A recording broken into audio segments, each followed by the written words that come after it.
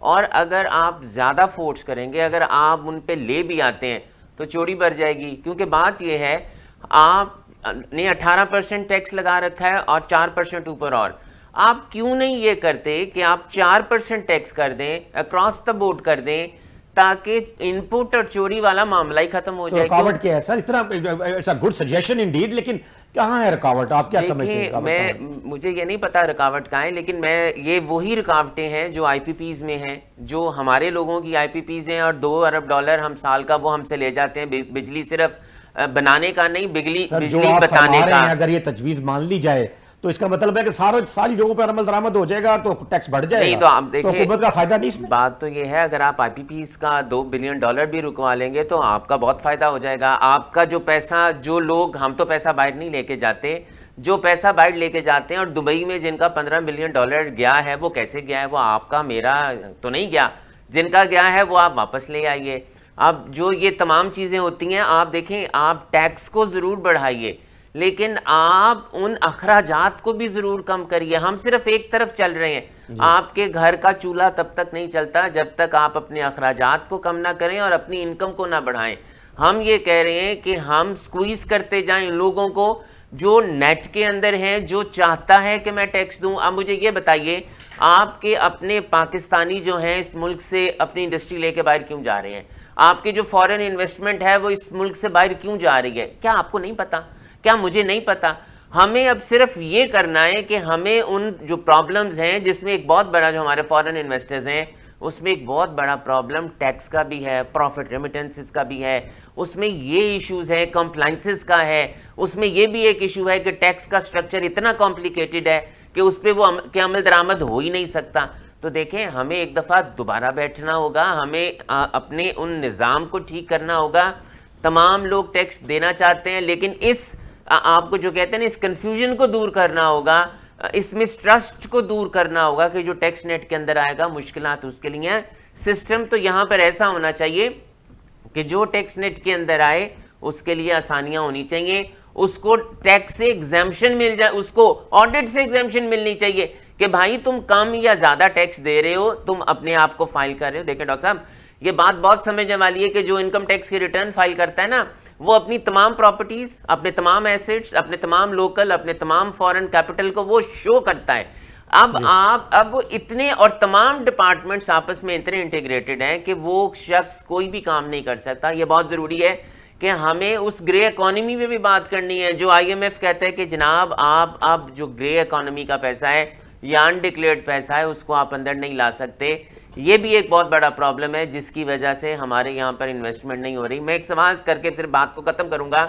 کیوں جب آپ کینیڈا میں جاتے ہیں, آپ امریکہ میں جاتے ہیں, وہ تو آپ کو یہ کہتے ہیں کہ آپ $2.5 سے $3 لاکھ لے آئیے, ہم آپ کو نیشنلٹی بھی دیں گے. وہاں آئی ایم ایف نہیں پوچھتا.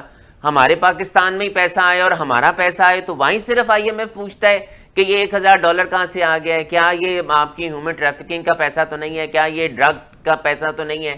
اور میں ایک اور بات بھی یہاں کروں گا, آئی ایم ایف یہاں پر ٹیکس کی اصلاحات تو ضرور بتاتا ہے. آئی ایم ایف یہ کیوں نہیں کہتا کہ آپ نے $18 بلین کا فیول امپورٹ کیا, اگلے سال آپ $9 بلین کا فیول امپورٹ کریں گے. آئی ایم ایف یہ یہاں پر کیوں نہیں کہتا کہ آپ ڈیمز کیوں نہیں بنا رہے, آپ تربیلا کے بعد آپ نے ڈیم کیوں نہیں بنایا. آئی ایم ایف یہ کیوں نہیں کہتا کہ آپ کے واٹر ریزروائرز کم ہو رہے ہیں, آپ پانی بچائیں, آپ پانی سے بجلی بنائیں. آئی ایم ایف یہی کیوں ہمیں کہتا ہے کہ آپ ٹیکس زیادہ لگائیں, آپ سکویز کریں, آپ ڈیجیٹلائزیشن کریں. یہ بات ہے. بالکل ٹھیک ہے, آئی ایم ایف پہ بھی یہ سوالات بالکل بنتے ہیں اور آپ نے درست نشاندہی کی ہے. ناظرین, ہم یہاں لیں گے ایک بریک اور